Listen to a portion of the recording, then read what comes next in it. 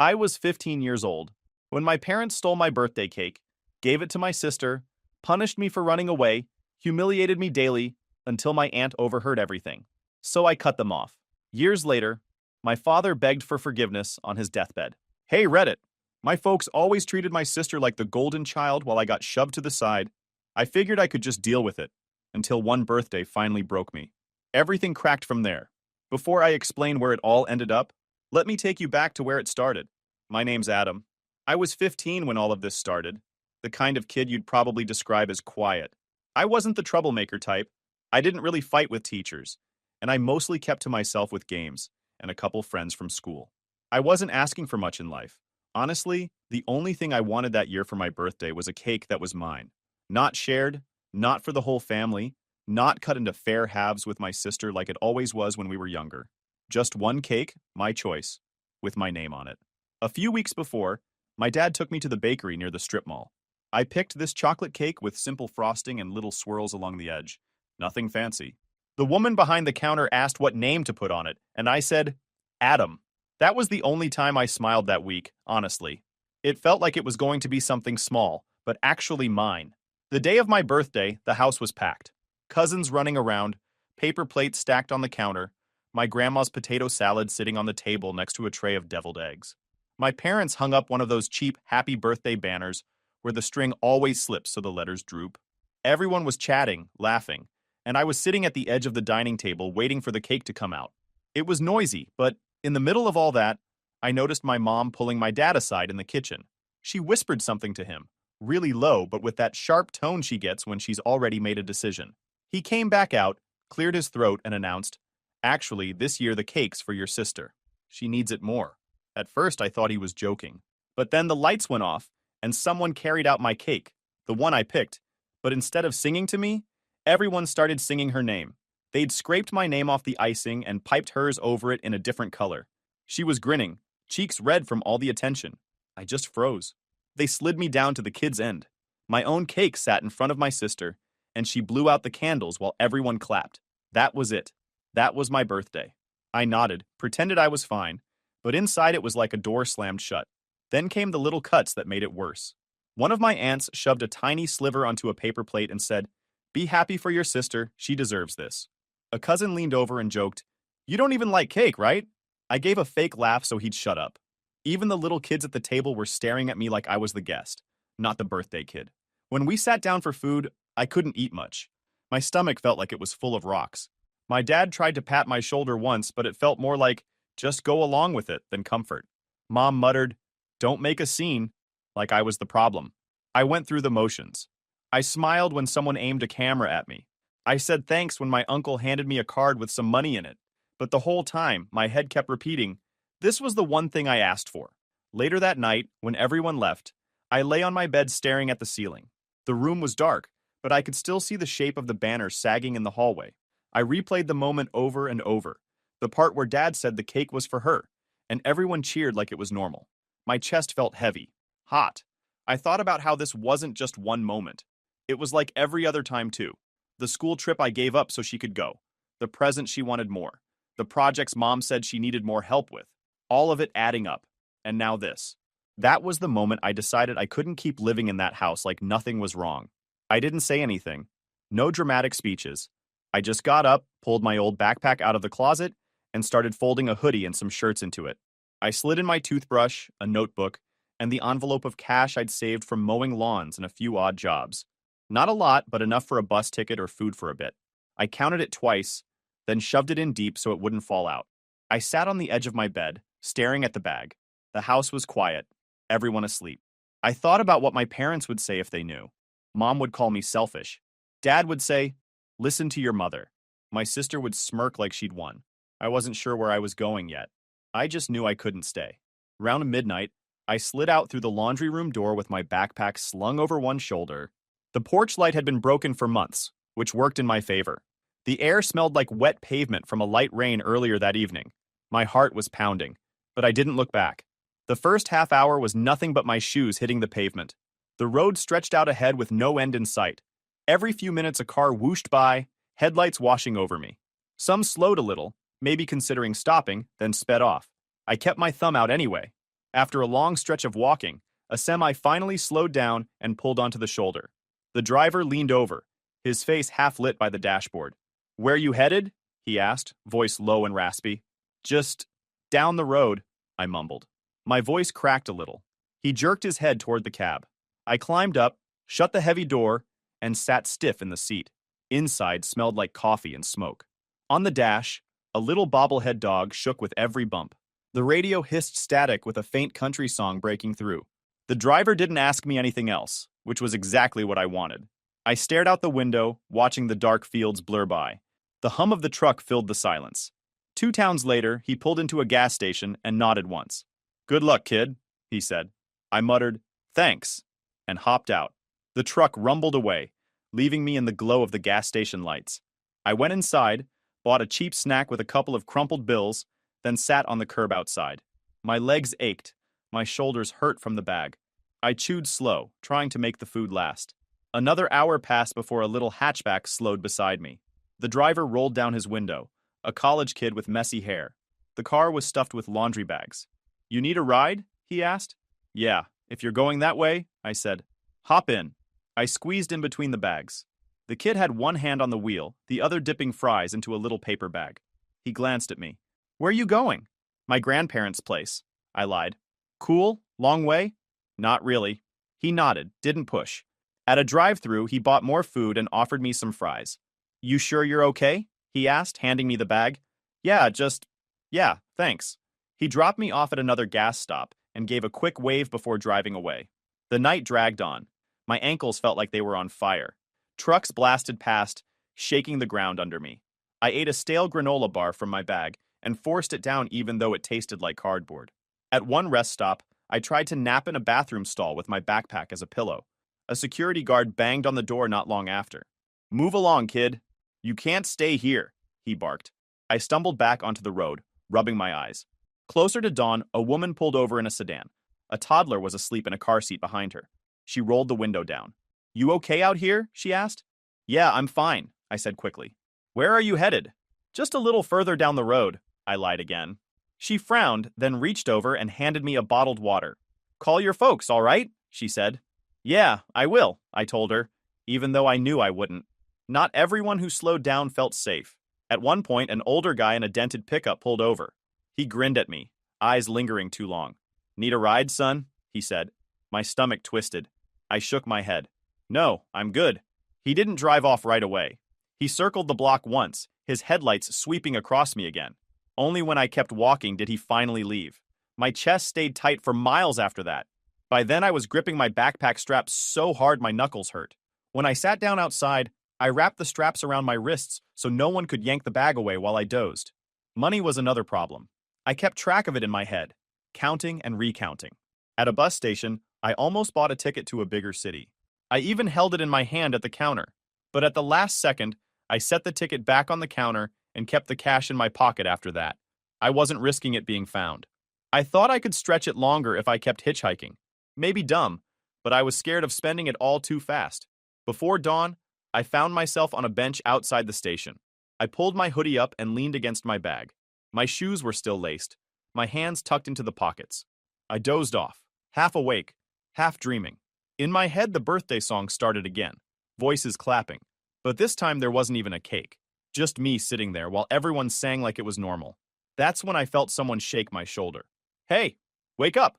I opened my eyes to see 2 uniforms in front of me. Police officers. One of them looked down at me. "You Adam?" he asked. I didn't answer right away. "Adam?" he repeated, firmer this time. My stomach dropped. "Yeah," I muttered. "Your mom reported you missing. Let's go."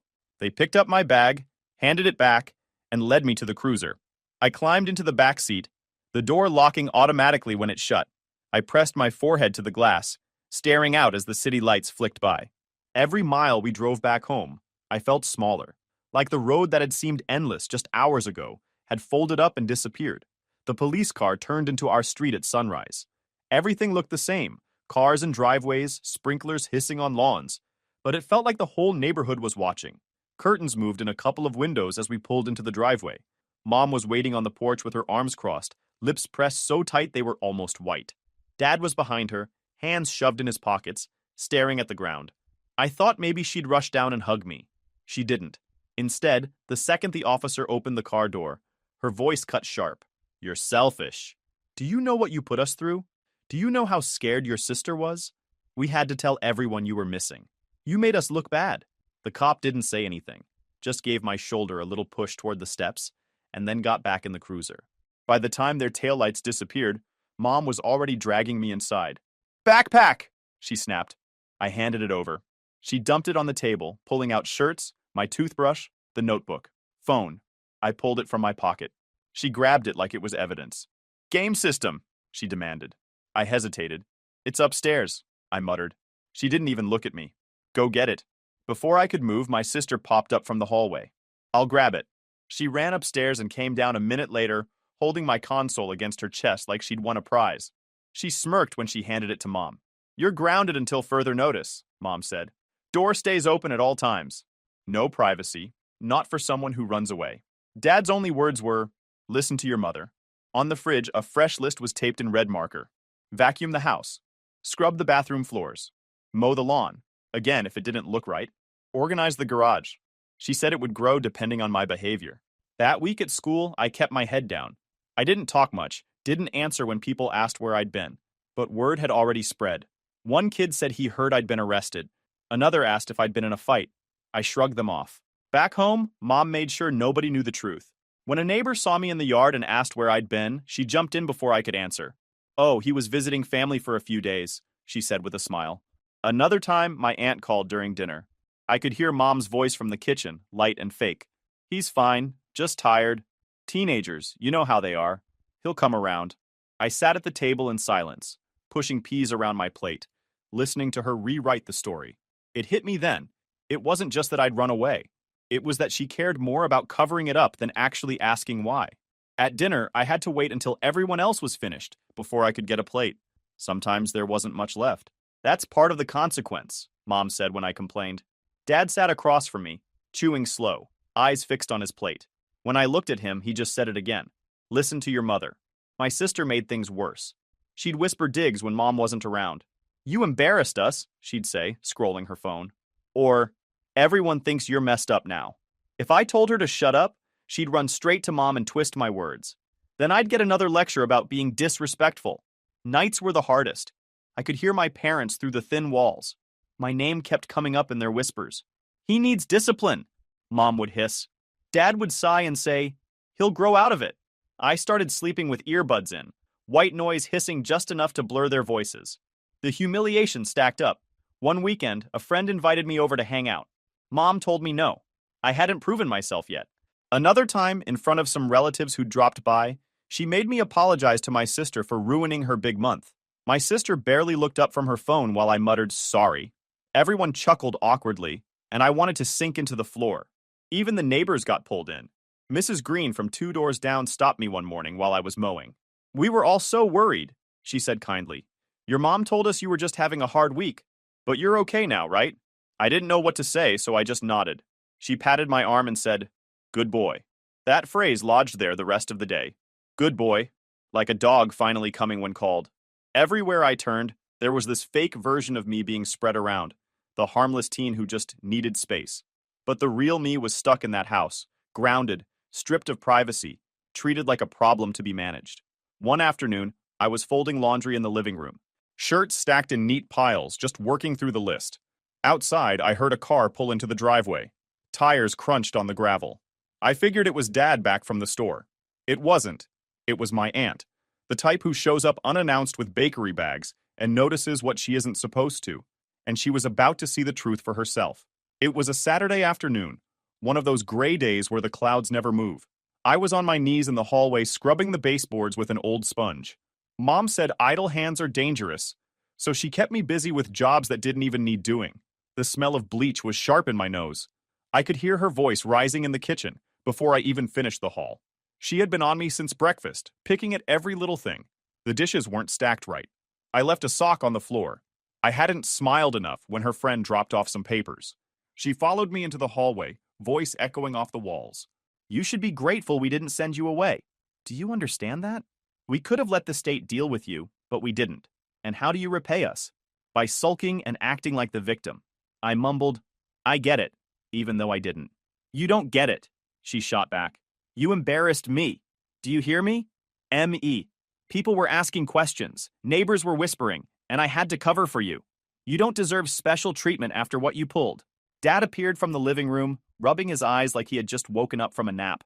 He didn't even look at me. Listen to your mother, he said, then turned back to the TV. What none of us knew was that my aunt had pulled into the driveway at that exact moment. She had a bag of muffins from the bakery, planning to surprise us. She walked up the steps and reached for the door, but froze when she heard the yelling inside. From the porch, she heard every word. The sharpness in Mom's voice, the silence in mine, and Dad's lazy, listen to your mother that came out like a recording. My aunt stood there for a minute, hand hovering over the doorframe, then slowly stepped back. She didn't knock. She walked back to her car with the bag of muffins still in her hand, breathing hard like she had just run a mile. Inside, Mom shoved a rag at me. Keep scrubbing. You're not done until I say you're done. So I scrubbed. The lines in the paint blurred while my hands went numb from the cold water. Strangely, I felt calm, almost like I'd been hollowed out. Later that night, Dad decided it was time to purge the garage. He came back from the store with big black trash bags and handed me one. Let's go, he said. It was 9 at night, and the air outside was cold enough that I could see my breath. We sorted boxes until my fingers were stiff. I asked once if we could finish tomorrow, but he shook his head. It has to get done now. When we finally went inside, I saw my phone light up on the counter. Mom had kept it all day, but she let me use it under her watch. A message flashed from my aunt. Are you okay?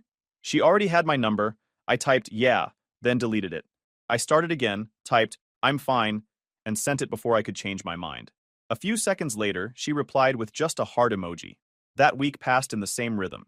Chores, school, lectures, silence. Nothing changed, but I couldn't stop thinking about my aunt standing on the porch, hearing the truth my parents worked so hard to cover. On Thursday night, Mom read aloud from the family group chat.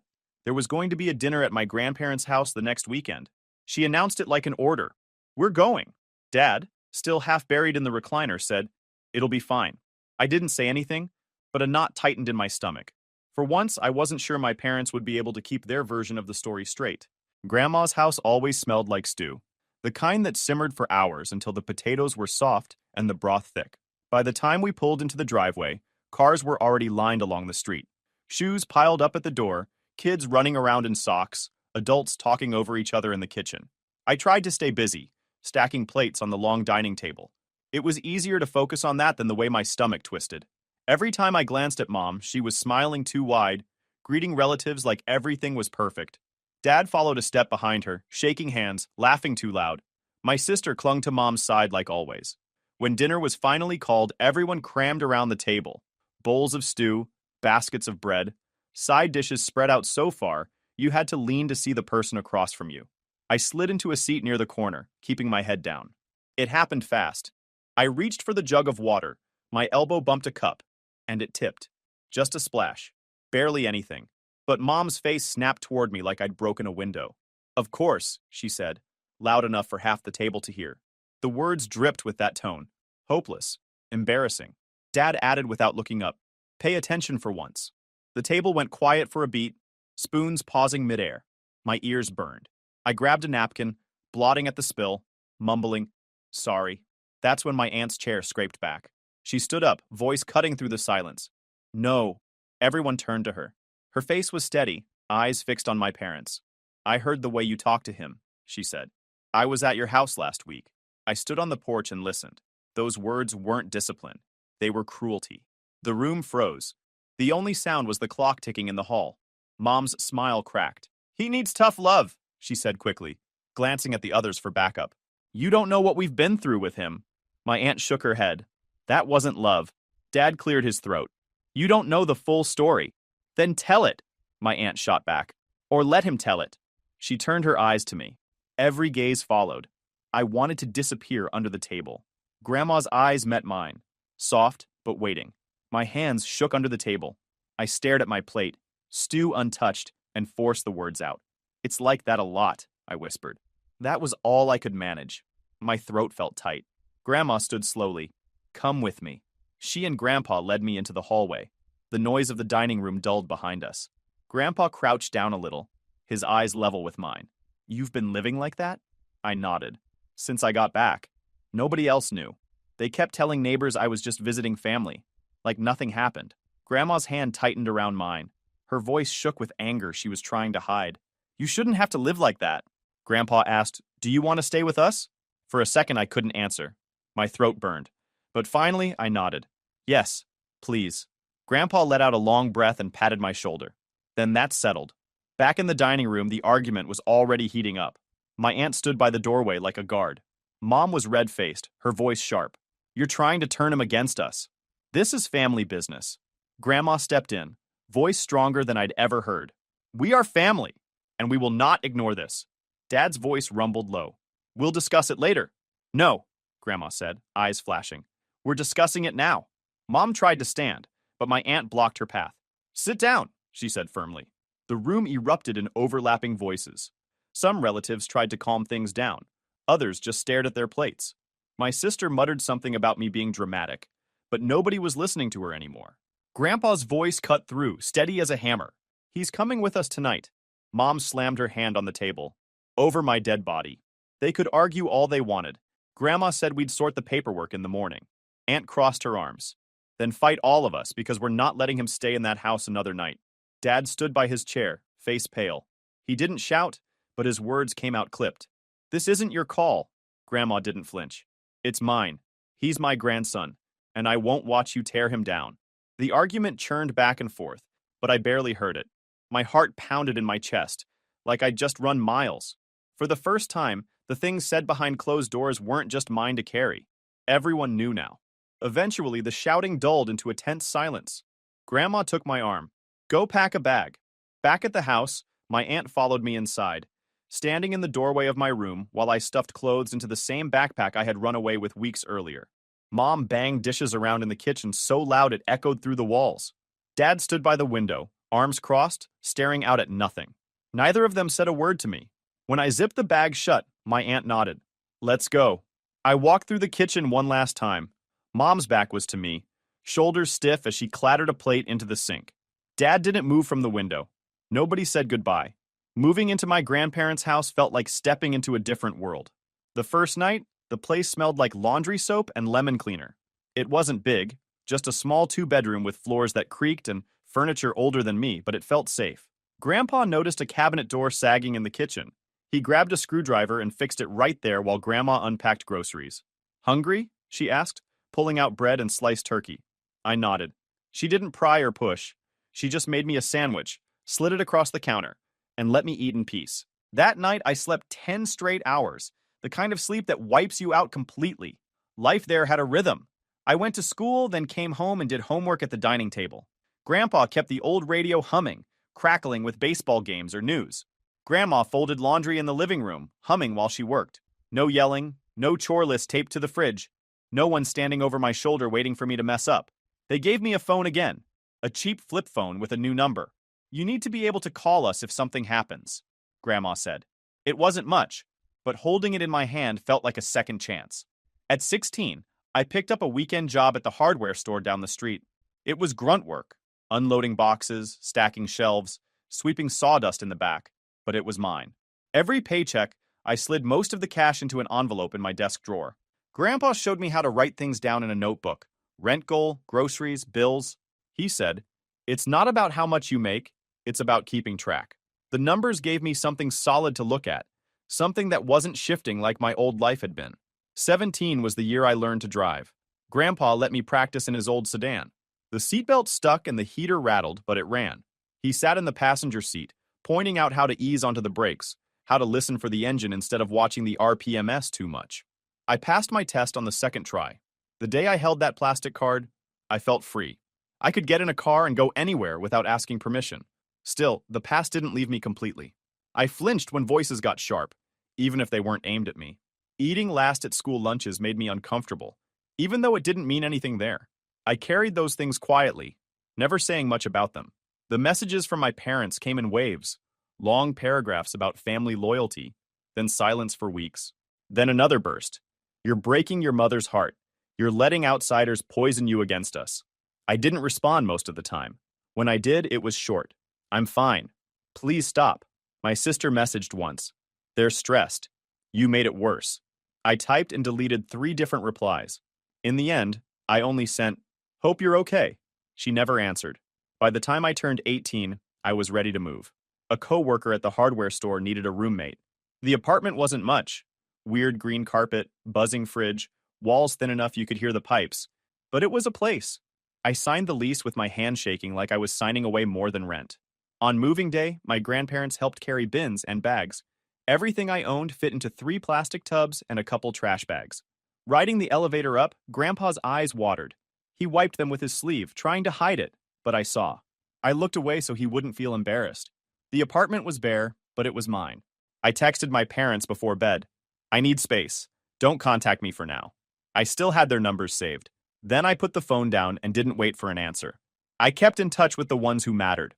Grandma and Grandpa, my aunt, and a couple cousins who never treated me differently. With them, it wasn't heavy. Just normal stuff, memes, car trouble, jokes about TV shows. That was enough. The first week I tried to hang a curtain in my room. I drilled the anchors wrong, and at 2 in the morning the whole thing ripped out of the wall and crashed to the floor. I shot up in bed staring at it in the dark. Then I laughed. A real laugh, not forced. It wasn't much. A tiny apartment with buzzing appliances and a crooked curtain rod.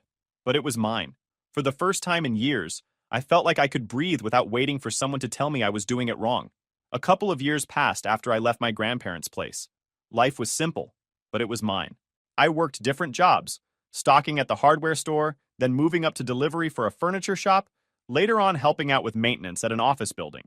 Nothing glamorous, but steady enough. My apartment changed a little with each paycheck. I bought a secondhand couch that smelled faintly like somebody else's dog, no matter how much I cleaned it. Picked up a mismatched coffee table from a garage sale. On weekends, I'd drive over to my grandparents' place to mow their lawn or fix small things. Loose tiles, squeaky hinges. Grandpa always insisted on slipping me $20 even when I told him not to. Then one night, everything shifted again. Grandpa answered the phone first. I was at their house fixing a leaky faucet when it rang. He pressed the receiver to his ear, and his face fell. He didn't say much, just handed the phone to me with a sigh. "It's your mother," he said. I hesitated, then took it. Her voice cracked. "Adam, your dad's in the hospital. It's bad. He wants to see you." I didn't answer right away. My throat tightened. She went on, quieter. "Please, just come." I told her I'd think about it and hung up. My hands were shaking. That night, I sat in my car outside my apartment with the engine off. The city was alive around me. Horns, sirens in the distance, someone's TV muffled through the walls. I sat there for almost an hour, gripping the steering wheel. Part of me wanted to drive far away, just like before. Another part of me knew I couldn't. Finally, I turned the key and drove to the hospital. The room was dim, the only light coming from machines humming steadily. My dad looked thinner than I remembered, like his clothes were 2 sizes too big. His skin was pale, his hair grayer. Mom sat in the chair beside him, eyes red and puffy. My sister stood near the window, arms crossed, staring down at the parking lot. She didn't look at me when I walked in. Dad tried to push himself up, then gave up, sinking back into the pillows. His voice was rough. "Adam." I didn't move closer at first, just stood near the door. "I'm sorry," he said. His voice cracked on the word. Not the flimsy kind of sorry I'd heard before. This was different. His eyes were wet, his chest rising and falling slow, like each breath was work. He went on. "I'm sorry about the cake, about making you give things up for your sister, about punishing you when you came home, and for every time I said, 'Listen to your mother,' when I should have said, 'Enough.'" He coughed, grabbed the blanket. I thought I was keeping peace. I was scared of fights, scared of being wrong, scared of being the bad guy. But all I did was leave you alone in it. I stayed quiet for a long moment. The machines kept humming. "It hurt," I said finally. "It still hurts. I kept waiting for you to stand up for me, and you never did. I don't know if I can forgive that." He closed his eyes and nodded, like he'd expected that answer. "I understand." Mom's voice was small when she spoke. "I was wrong," she said. No excuses, no long speech, just those 3 words. My sister finally looked at me, her face softer than I'd ever seen it. "I didn't get it," she whispered. "Not until now." For once, I believed her. We sat in the quiet, the air filled with nothing but the beeps and hums of the machines. I pulled a chair closer and, without really thinking, told a story about Grandpa's car battery dying at the grocery store last month. How we stood there with a bag of melting ice cream while some teenager tried to jump-start it and hook the cables backward. Dad smiled, Small, faint, but real. For a second, it felt almost normal. Eventually, I stood to leave. Mom wiped her face with a tissue, my sister still staring at the floor. I didn't cry, but my chest felt heavy and light all at once, like something I'd carried for years had shifted. When I got back to my grandparents' house, Grandpa handed me the remote without a word. We sat on the couch watching some home repair show where everything gets fixed in 22 minutes. I didn't say anything. Neither did he. It was enough. Later that night, I pulled out my phone and typed a short message to Dad. Thank you for saying it. I didn't promise more than that, but I didn't shut the door either. Before bed, I called my aunt. Thanks for knocking the door down that day, I said. She laughed softly. I didn't knock. Yeah, I said. I know. It's been a while since that night in the hospital. My dad passed not long after. I didn't get the chance to build something new with him, but I did get the words I'd been waiting for all those years. They weren't magic. They didn't erase anything, but they mattered. My mom keeps her distance now. She sends the occasional card through my grandparents. Short notes about the weather or how she's working on herself. My sister's grown up a lot since then.